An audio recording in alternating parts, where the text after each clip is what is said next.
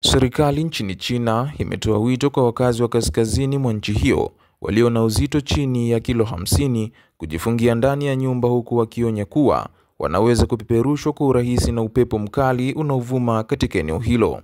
Shirika la habari la Reuters limeripoti leo Jumatatu Aprili 14 kuwa mamlaka ya hali ya hewa ya China imetoa tahadhari mara 3 juu ya dhoruba hiyo katika kipindi cha wiki 2 zilizopita,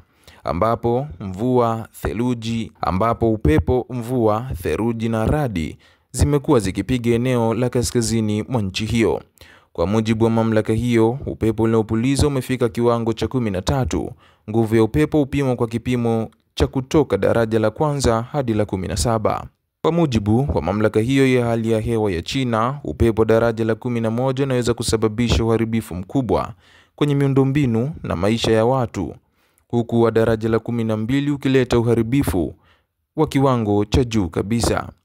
Tahadhari ya upepo wa kiwango cha kati, ambayo ni ya pili kwa ukubwa katika mfumo wa tahadhari wa ngazi 4 nchini China, ulitolewa mjini Beijing siku ya Ijumaa kwa mara ya kwanza katika kipindi cha muongo mmoja uliopita.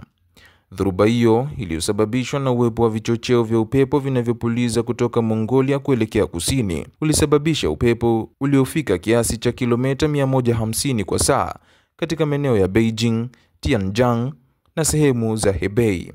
Mamlaka za serikali katika maeneo hayo walionya wakazi kuwa upepo huo ulikuwa wa nguvu kung'oa miti kwenye mashina yenye kipenyo hadi sentimita 30.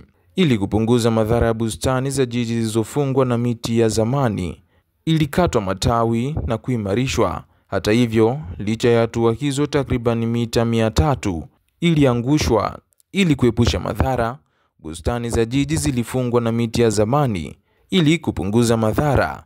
Bustani za jiji zilifungwa na miti ya zamani ilikatwa matawi ili kupunguza madhara.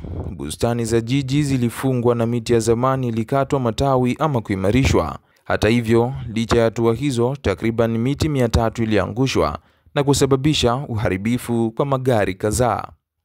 Abubakar Malulu, N Media.